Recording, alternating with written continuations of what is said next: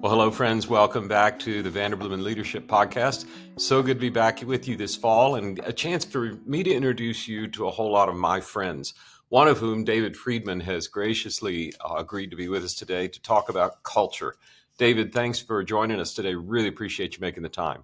It's a pleasure. I always love to talk about this, William. Glad to be with you. Yeah. Well, I have learned over the many years I've been doing this now. This podcast is, um, it's It's 10 years. It's over 10 years old now. I Wow. mean, that's kind of OG. Uh, but the people I think everyone knows, they don't. And Mhm. people that I think no one knows, everybody does. So I just try to assume nothing and would love for you to tell our listeners a little bit about who you are and how you ended up doing what you're doing. Sure. So my story, I come at this from a very organic place. I live in the Philadelphia area, and I spent 27 years building, of all things, it was an employee benefits consulting company. And I grew it from a couple people to well over 100 people. And it was a very successful company, but all of the success we had, I mean, all of it was based on the culture that we built in that company. And as the CEO of the company, I just figured out, it was just my own experience, my own intuition. I figured out a lot. I know it's similar to your story about how to build culture. And I eventually sold the company to a large multi-billion dollar publicly held company, retired from that industry. And I was frankly too young to be retired, and I wasn't sure what I was going to do next. But I ended up writing my first of several books about the things that we did in that company that made us so successful. My first book was called Fundamentally Different. And I wrote that book. I always tell people, William, honestly, I wrote that book as a closure step, as a way of wrapping up my career. A nice bow, I could put it behind me, go do something totally and completely different. And little did I know what was going to happen was people read the book and they got a lot of value from it. And it led to people asking me to speak about which I had written. And as people heard me speak, some of them said, "Hey, that's pretty important. It's interesting. Could I hire you to help me do that?" And next thing I knew, I was in career number two. And so over the last 10 or so years, I've done literally more than 1,000 workshops on that material. I've written two other books. I've Wow. built another company. We've worked with over 800 organizations implementing this method. So it comes from my organic experience as the CEO of my own company, but I've taught it to 10 to 20,000 leaders around the world. It's so many leaders that I've interviewed where they've invented a widget or they've come up with an idea. It wasn't like they went to the mountaintop and figured out, oh, this is such a good idea. Let's do it. I Yeah. mean, my friend Craig Groeschel, he has what, 950 million locations now or something. Like Life Church is literally over 40 locations there. They were sort of the first one to really take Hmm. this model of multi-site for churches and make it run. And Craig is a genius. But he didn't come up with it because No. he's a genius. His wife went into labor on a Saturday night and had a baby and was like, "Don't you dare go preach." And there's a much longer, funnier story of that. So they just popped in a video, and Craig laughs and says, "I think we had more baptisms that Sunday than any other." Uh, Well, and I would I say it's a wasn't very, yeah. there, and then they fell into something that became an idea. Yes. I had the Yes. same thing happen with. We were studying succession because so many churches that have a pastor that leaves, the next guy doesn't do well. Well, why is Hmm. that? So we did a research project, and that research project was very selfish to teach me how to do a better Hmm. search. It ended up being a book, and then you write a book, and all of a sudden everybody says, "Can you come do succession consulting?" Hmm. Yeah. Well, I guess we need to figure out how to do that. And Yeah. now, 10 years later, we've Well, done yeah. thousands and thousands. So it's amazing to see how many good ideas Yes. actually are not, I'm going to go to the mountain and come up with an idea, but I'm going to live my life and observe what's worked and what happened and then try and share that with Yes. others. Yes. And I And think that's, yep. that's a key lesson for listeners out there right now. I might be a pastor starting the fall trying to come up with a new idea, might be a business leader. Like, don't go to the mountain. Look back at Hmm. what's been happening and take in what has been working and how can you take that and help Yes. others, right? Well, to your point, when I think about the system that I teach, there's a framework that I call the 8-step framework, 8 different things that this is how you systematically create a culture. I didn't have an 8-step framework. To your point, I looked back at, well, what did I do? Well, I guess I did this and I did this. Seems like there's 8 things I did. And that became the 8-step framework that I teach now. Yeah. But that was a reflection upon what I had been doing intuitively, and I just organized it, in a way that would be more accessible. And to your point as well, when I first started talking about this and writing about it, I don't know, it's pretty obvious stuff to me. It didn't seem like a big deal. But I watched how people responded to it, like your preacher story. I watched how people responded to it, and it was like, wow, everybody thinks this is really powerful. I don't know, it's just stuff I made up. Yeah. But I began to appreciate that just from people's responses that actually this is pretty powerful stuff and pretty And impactful, and I should do when more with did it. you, just so listeners, I was fascinated when I was on your podcast to hear how early you were doing this work. When were you starting to share these 8 steps of building a culture into your organization? Well, it was so in the early days, two things I'd say. One is in my very early days of building that company, I was not thinking about culture. I was thinking about standards. There's a set of standards. I have very high standards for myself and everybody around me. And as I began to build the company, I understood that I can't assume that everybody thinks like I do. That I ought to be, I would be a lot better served if I taught them this is how we want to do things. And I created a set of standards, and this is how we do it. It was only in retrospect that I realized, I guess that's kind of a lot what culture is. It's just really a set of standards for how we do things. So in the early days, I wasn't thinking of it as culture per se. But yet I had created a set of behaviors that we practiced, and we worked on them over and over and over again. We call them fundamentals, and it became the foundation of, I really thought of as the signature of my leadership career, was the creation of this methodology that I had built in the later stages of that first career. Even then, there was no such thing as the quote 8-step framework. It was just stuff I was doing. That 8-step framework came when I wrote the first book. So when I And wrote the when first was book, that? I thought about that. That was in 2008 is when I wrote the Yeah, so first that's book. early. It was right after it's right after I'd sold my company, and I sat down to write that book. And so, yeah, that's when I started talking about this. And to your Yeah. point, the early in the culture journey, if I think about the difference between when I first started talking about this stuff and when I later started talking about it, in the early days of talking about culture, and you probably remember this too, culture wasn't such a hot topic. It was like, That's right. wow, what are you talking about? It was different for people.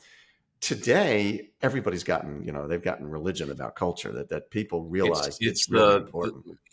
it's the sexy word, for lack of a It is. more biblical term for it. I Yeah. wonder. I've got a little hypothesis. I was thinking on my Hmm. early morning run today about our time together, and I just wondered, why didn't we talk about culture till? I mean, I wrote a book on culture in 15. It was still kind of a new thing. You've already been doing it 7 years by then, but Yeah. why not before then? Why didn't my granddad talk about this? And I kind of wonder. Here's the hypothesis, and you're the expert, so Hmm. tell me what you think. I think we might need to give credit to the millennials Hmm. for the topic of culture coming up, because I think, when my granddad went to work, he went to work at a company, and you maybe changed companies once, but more likely you were gunning for the Hmm. 35-year gold watch or whatever the thing is for working one place throughout.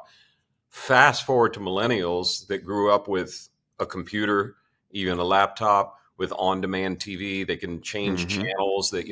They've had a world of options, and so you see all this job churn and movement, Hmm. which isn't necessarily bad, but I think it has made employers have to drop back and go, we better make our workplace pretty irresistible, or people are going to leave more quickly. That's my hypothesis, that it is a product of the sort of job changing and career changing that has become normal with the millennial and Gen Z.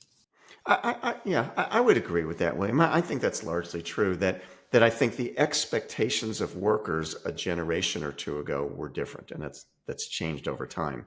To your point, older generations, hey, you get a job and you shut up and do your job, and you stay there for a lot of years and don't complain and just work, and they don't expect anything different. And the younger generation thinks more about, well, is there a purpose here? Do I feel connected to the people? Do I feel connected to the company? They have different expectations about what they're looking for out of work. And I think employers have had to respond. Having said that, though, when I talk to people about culture, I try to demystify it, because I think for so many people, it's this like fuzzy, Yes. ethereal kind of thing. And oh, Dark I hate that arts. stuff. Hmm. Exactly. And yet Hmm. it's really simpler than that. And when I talk to people of previous generations, so many of our clients, most of our clients are entrepreneurial businesses. Many of them are multi-generational family businesses. And they often have a founder who's probably, he or she might be 70, 75, 80 years old. And if you talk to them about culture, they'd say, culture, you don't need that culture. You just got to show up and you take care of customers. And if you take care of customers, everything else will take care of itself. And when I describe that, everybody says, yeah, that's my dad. They think of it that way. And when I talk to people like that, I often say that, again, demystifying this, that you as the founder, let's say it was you, William, and you're 75 years old and you've built this company. Um, I would say to you, William, there are ways that you've always done things. You always knew that if you just take care of the customer and you give great service, everything will take care of itself. But we have to be able to, if that's going to carry on from generation to generation, we've got to be able to extract Williamness, the essence of who you are and the way you do things. We've got to be able to extract Williamness and codify that so that we can teach that purposefully to people in the future, because not everybody's going to think like you are. And That's we right. don't want to lose what made you you. And so that's really what culture is. It's not this fancy stuff. It's just extracting Williamness and being able to document and teach it and embed it in people so that as generations go on, we still do the things that you always talked about.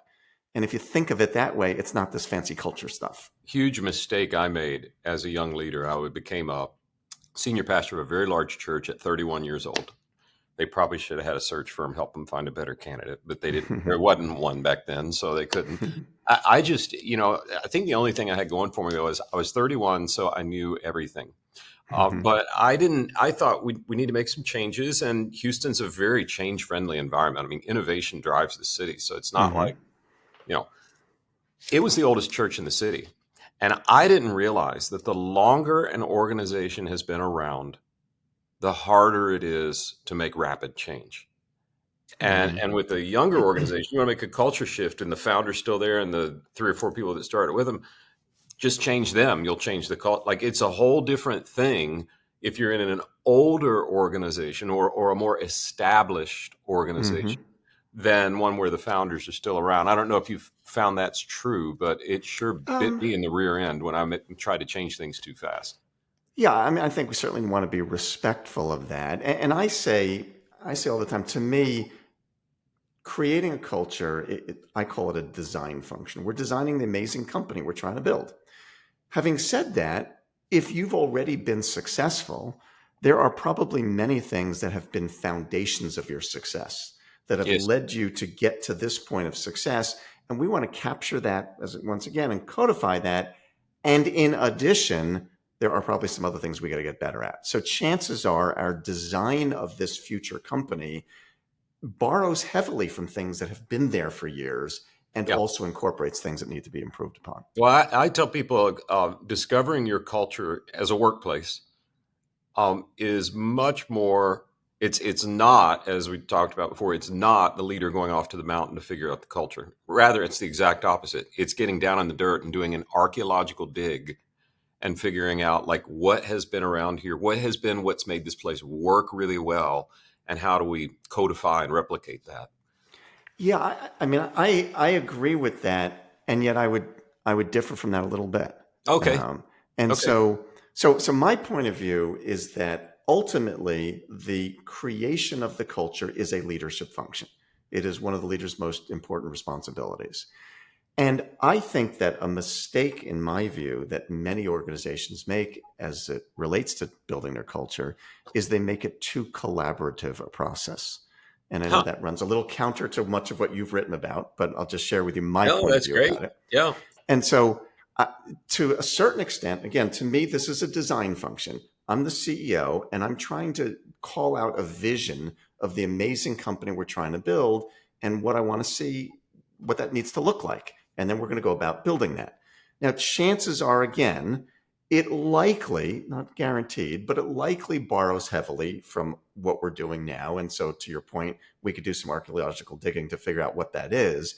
But I'm not creating the culture I'm going to say this and I'll explain what I mean. I'm not creating the culture that my employees want, because some of them might not even be here in the future. Why would I be designing around what they want when in a transient world, some of them are going to be here and some aren't? I'm designing around my vision of the amazing company we're trying to build, and I'm going to get my people aligned behind that. Now, if you're not aligned to, chances are I'm not going to come up with something that all my employees are going to say, oh my God, that's not what I thought we're doing here. I mean, they've already tacitly, implicitly signed up for your game by the fact that they've joined you, even if you've never articulated it clearly enough. They kind of bought into you. So you're not going to come up with stuff that's totally different. But at the end of the day, I'm designing what I want, and I'm going to get people who want to go there. And if you don't want to go where we're going, you probably aren't a good fit here. Right. And so I think it's the leader's job to call out the vision of what is it that we're building here? What is the vision of the company? What is the culture we're trying to build? And I'm not designing around asking everybody what they would like.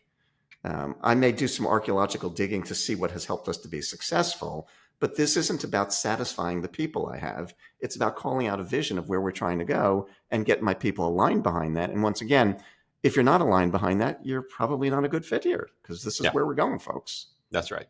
That's right.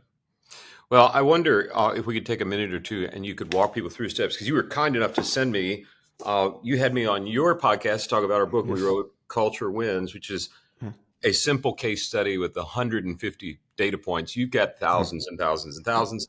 And you sent me your book, Culture by Design, Yes. and second edition. So that means it's been around a while and done Yeah. well, and you've learned more.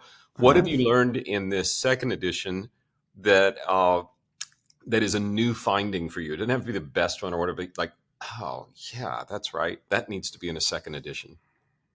Well, the main reason that I created the second edition, I wrote that in 2018, I think it was, or 20, I don't know, whenever it was. I wrote the second edition mostly to respond to the change in the workplace that remote and hybrid work created. Ah, So, everybody, when the pandemic happened and everybody went remote or hybrid, then people started saying, well, does the same stuff apply, or is there something different we need to do because right. of this new environment? And what I would say that, and so I wrote some chapters that I added some chapters to the original book that addressed that. What I would say in my experience is that the basic framework that I call the 8-step framework and the system that I teach, that framework is as applicable in a remote environment as it is in a brick and mortar environment. In fact, my first company was a brick and mortar company. My second company is 100% remote. We have no office. All my staff is completely remote, and we practice the exact same thing. So the methodology is equally applicable in a remote environment. What I would say the biggest difference is that the remote environment and all these people working hybrid or remote made it more critical than it's ever been to be purposeful and systematic about culture. Because before, when we were all together, we could get away with, it wouldn't be the best way, but you could get away with, all right, we weren't so systematic about it, but people were around each other and they picked up the vibe. They saw you as the leader every day and just kind of be like William, and that would be kind of good enough. But when everybody started working remotely, or even the same dynamic happens as companies grow. If a company goes from 10 or 20 or 30 people to 50 or 100 or 200 or multiple locations, they're not seeing the leadership anymore. And That's right. the remote workforce forced the exact same dynamic. I'm not seeing each other. I'm not going to pick up the culture at the water cooler. And so if there isn't some more systematic methodology That's for right. how we're driving our culture, we're going to be at risk of losing the stuff that we used to be so proud of that isn't that way anymore because we're all working remotely. So it just forced people to be more systematic. I'm good at some things. I'm pretty bad at training and being a Mm-hmm. manager. And I didn't realize this till, I mean, I love sales. Now, my Mm-hmm. church friends are going to hate that word.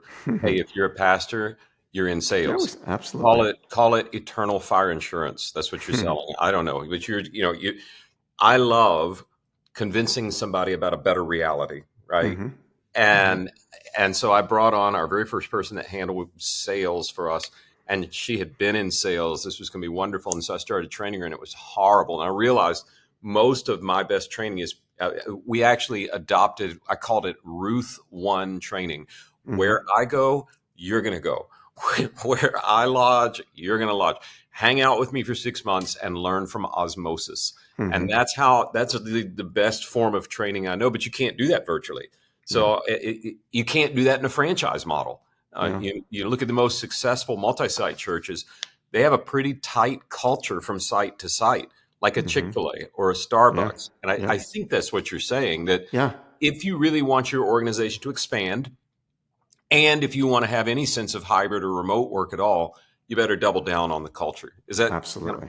yeah, Absolutely. Well, and I would say I learned a lot of the foundation of what I learned from an experience that I had many years ago where I took my team to the Ritz-Carlton in Philadelphia.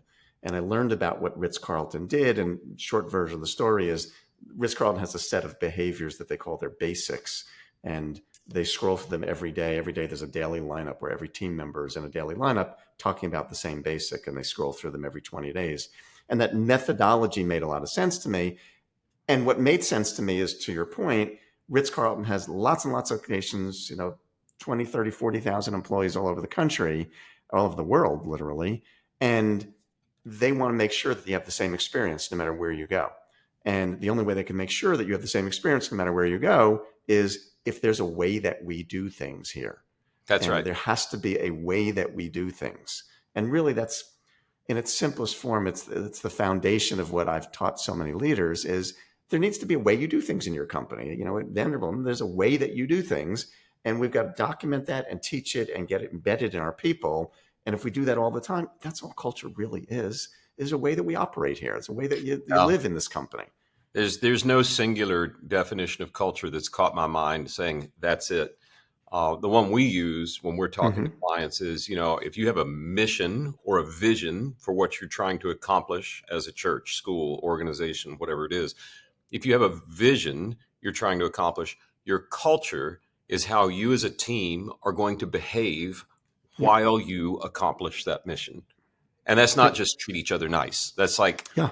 well, we have these distinct, what would you fundamentally different Yep. things that we do that are Yes. kind Yeah. of how we do things. By the way, just as a side note to listeners, um, it sounds like an infomercial, but you touched on the Ritz Carlton. I am fascinated with the Ritz Carlton. Yes. When you talk about a ritzy item, ritzy wasn't an adjective until Hmm. that hotel.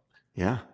I Yeah. don't know what Friedman-y is or Yeah. Vanderbloemen-y, but like Yeah. when your Think about brand that. becomes an adjective, you have achieved a Yes. culture. Then And, you've and done we have a something right. fabulous podcast with Horst Schultz, who built the I, Ritz Carlton yep. all throughout the world except for London and Paris. And he walks us through how Yep. he did that. So go take a listen to that. He's a genius. Yep. Um, and I think a lot of what he's saying is what I've built things on here, and maybe what Yes. you've studied as well. It's Hey, completely what it did. David, I want to return back to you and ask a couple questions.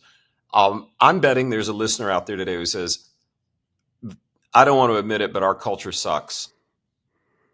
I can't wait for this presidential election to be over. I can't wait for the divisiveness in the country to simmer down a little bit because it's bleeding over into our people.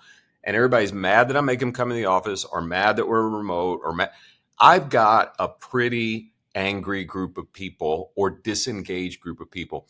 What are a couple steps you would advise people to take right away if they're noticing disengagement or anger and polarization in the workplace?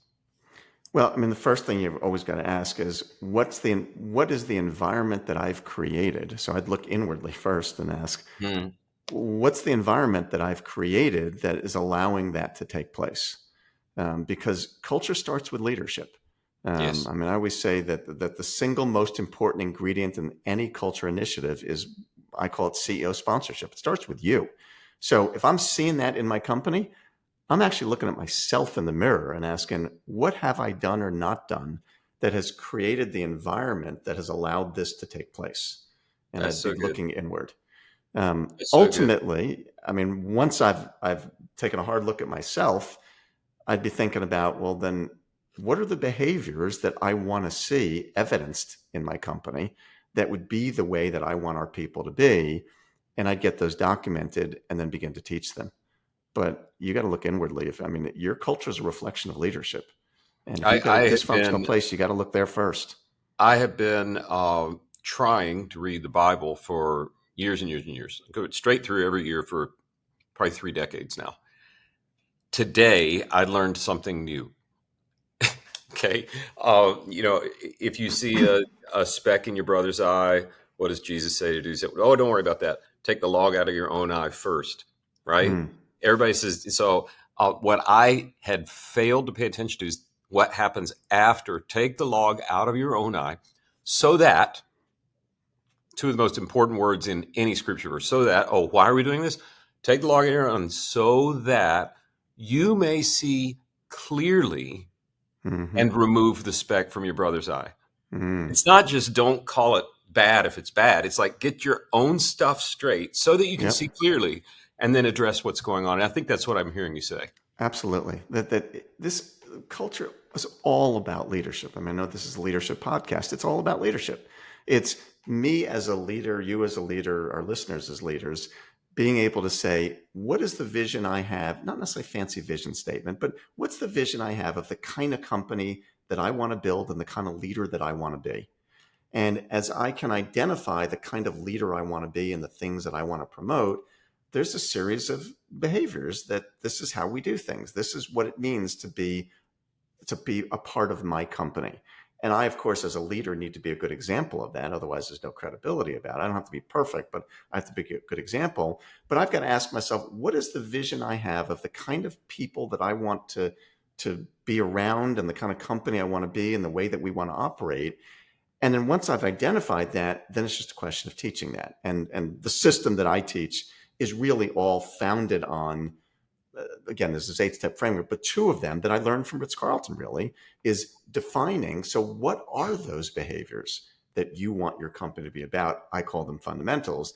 And then just creating a structured way to teach those behaviors over and over and over and over and over and over and over again so that those behaviors become internalized in our people.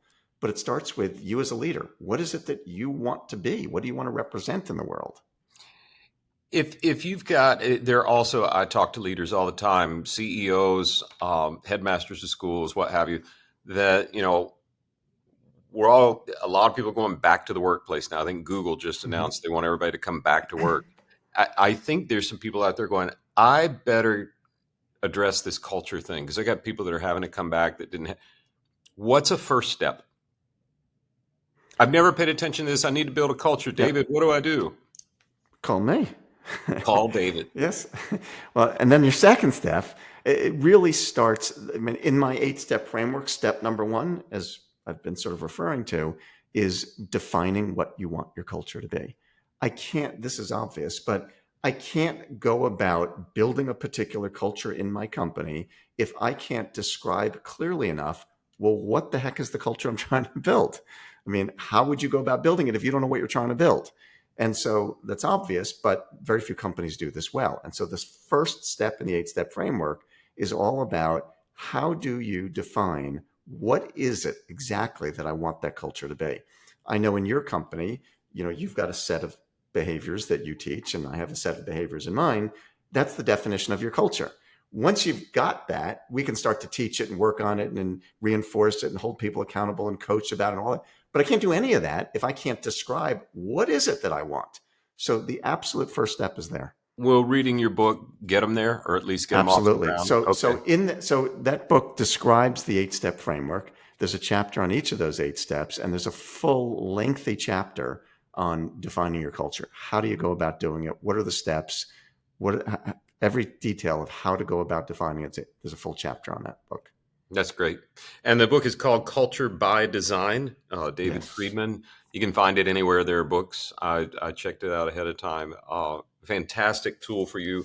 I'd give you, I hate to give two sort of call to actions on the same webinar, but we do have a free cultural assessment, and it will not do what David's book does at all.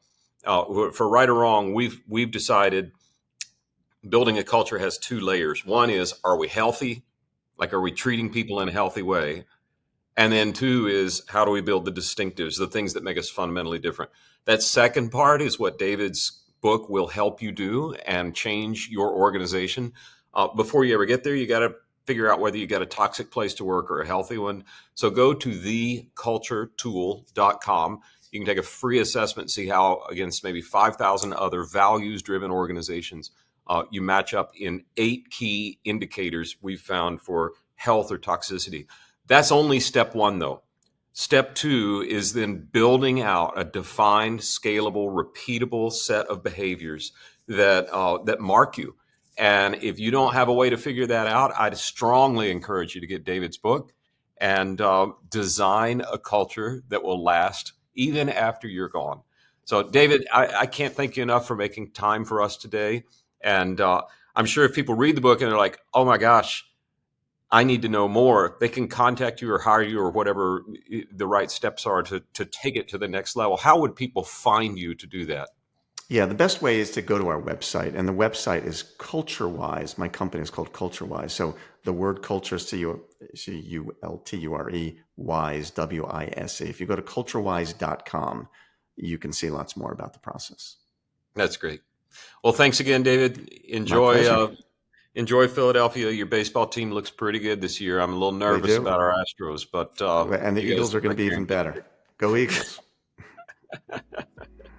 Have a great fall, and thanks for tuning in. If you want to get the show notes, just go to vandercast.com. Leave your email address. We won't beat you up with other offers for Ginsu knives or supplements or searches or anything like that. You'll just get show notes and what's coming up next on the podcast. I'm really looking forward to some of the folks you're going to get to meet this fall, and I hope you'll tune again soon.